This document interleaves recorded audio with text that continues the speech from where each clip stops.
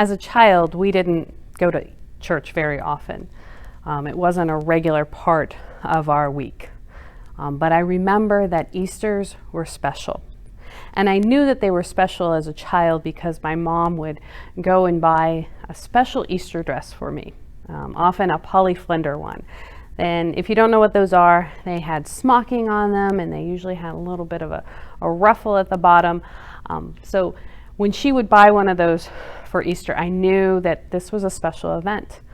And most Easters, we would go to a sunrise service. We would go out to a farm and celebrate Easter there. And it was always a very kind of a crisp morning, but I always remember it being sunny. And it probably wasn't always that way, but it's just the way my memory has recorded it. Now, after that service, we would go to my aunt's and we would have a meal and be able to spend time with family that day. And so Easters were special, and they are a part of my childhood that I cherish. But the thing is, I don't practice Easter that way anymore. It's changed. I'm now a pastor, so that's really changed what I do on Easter morning. But it's interesting in thinking about just the various ways that I've celebrated Easter throughout my life, that it has changed, that family dynamics change it, logistics sometimes change it. And right now we're in a very different Easter. And so some of us are grieving the loss of some of our traditions. And I encourage you to grieve them, but also remember that, we change them for a variety of reasons throughout our lives. And that the very first Easter was very different than what we experience today. That the first Easter was rather quiet.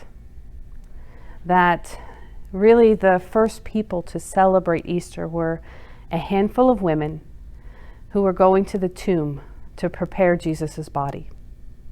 Now, these women had followed Jesus. They were his disciples, and they wanted to honor him in his death by doing this for him. And so when they head to the tomb and they find the stone rolled away, they are shocked. And they immediately rush to tell the disciples, who are holed up, fearing for their lives. And they rush to tell them, and Peter and another disciple immediately head for the tomb and find it empty. And the idea of just uncertainty, what does this mean, is probably just very heavy on them. And it will be Mary Magdalene that will first see Jesus. And when Jesus appears to her, she doesn't recognize him at first. She, in fact, thinks he's the gardener. And she is pleading with him, "Tell me where they've taken my Lord's body." Because she has come there to honor him, and she can't imagine someone stealing the body, and she doesn't recognize Jesus until he says her name, Mary. And I think sometimes we are like that we don't recognize the presence of God until we know that we are seen by God, like Mary experienced. And it will be later on that the disciples themselves will see the risen Christ, that he will come to them where they are hiding, where they are fearful for their very lives, and that fear will disappear as soon as they see Jesus. Because, interestingly enough, it is when we know that God is in our midst that our fear leaves us. And the disciples are overcome with joy. And it's so interesting to me to think that this first Easter, there were no angelic choirs, there were no trumpets blaring.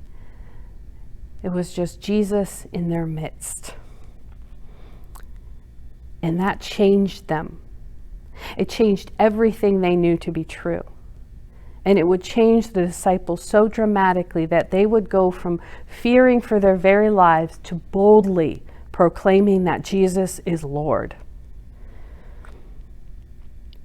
My prayer for us is that we will find our faith renewed and restored this Easter day by rediscovering Jesus in our midst. Because it's the very presence of Jesus that changes us. And his appearance 2,000 years ago as the risen Lord was striking and history changing. His appearance was proof of the resurrection, proof that death could not hold him, proof that he had conquered death and sin, proof that Jesus is who he says he is, the Son of God, the Messiah, the one who has come to rescue us from ourselves, the Lamb who comes to take away the sin of the world. And as his disciples, we are called to live a resurrected life, where we symbolically die to our old selves and live a new life in God, living a new life in God's very light. And that's the thing, a resurrected life is lived out. It's not simply we accept, but it's something that we live into, trusting in God, being called to a kingdom-centered life, to live out what Jesus preached, to live in a way that is very countercultural by offering grace, kindness, mercy, and justice to a world that is starved for those things. And in such a time as this, my question to us is, how will we live this resurrected life? What will be our resurrection story of this time? Your story of how your life has been changed and is continually being changed by Jesus. And these days, I find that the impact of the coronavirus is shaping my story more than Jesus at times.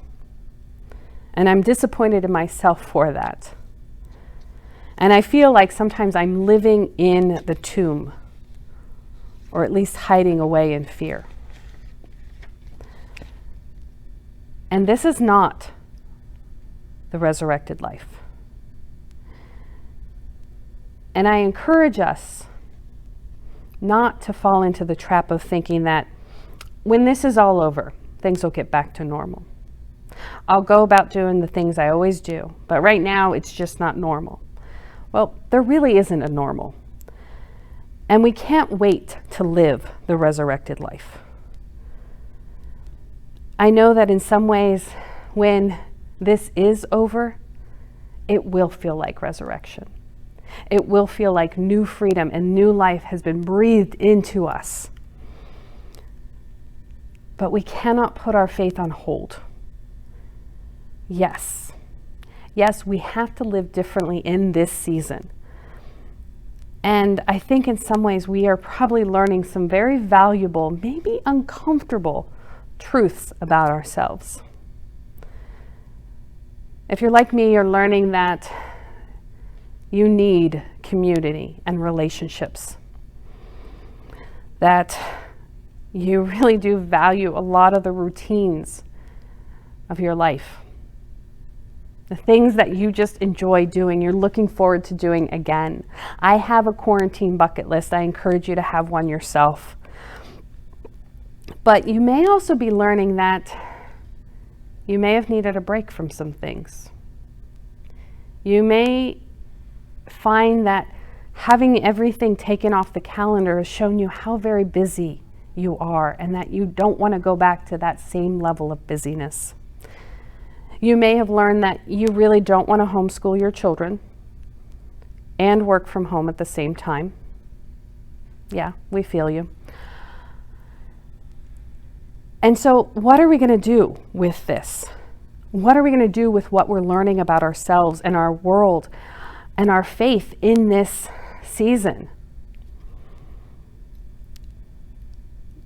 I miss being able to gather with you guys on Sunday mornings. I really do. But I also know that when we are able to gather again in the same place in the same time, it's not going to be the same. Because we're not going to be the same. I hope that we are not the same when we gather again together. Because I am noticing things about y'all that I am just cherishing. I love watching how you are caring for each other, checking in with one another, creating virtual community in order to maintain those faith connections and those relationships. I love seeing how you're engaging in your faith 7 days a week, not just simply bottling it all up for Sunday. Because, friends, church isn't closed. It's simply been distributed throughout the world. And the same as with our faith. We have an opportunity to create these powerful new resurrection stories in this season. So when we have the opportunity to gather again in the same place at the same time, what will be the stories we tell? How will we be different? And I hope that we are different. I hope we are growing. I hope we are changing for the better, that we are living the truth of the resurrection in this time, that we are trusting God, that we are living as kingdom people, that we are offering kindness, justice, and mercy and grace. My prayer is that we are growing as Christ followers, growing in our love for God and our love for neighbor, learning new ways of connection, learning new ways to connect. Because I know even in the midst of this, we can share hope with others, that we can share with people that they are loved by God and that they are not alone, that we are in this together. And so my prayer is that your resurrection story will be a powerful one. Amen.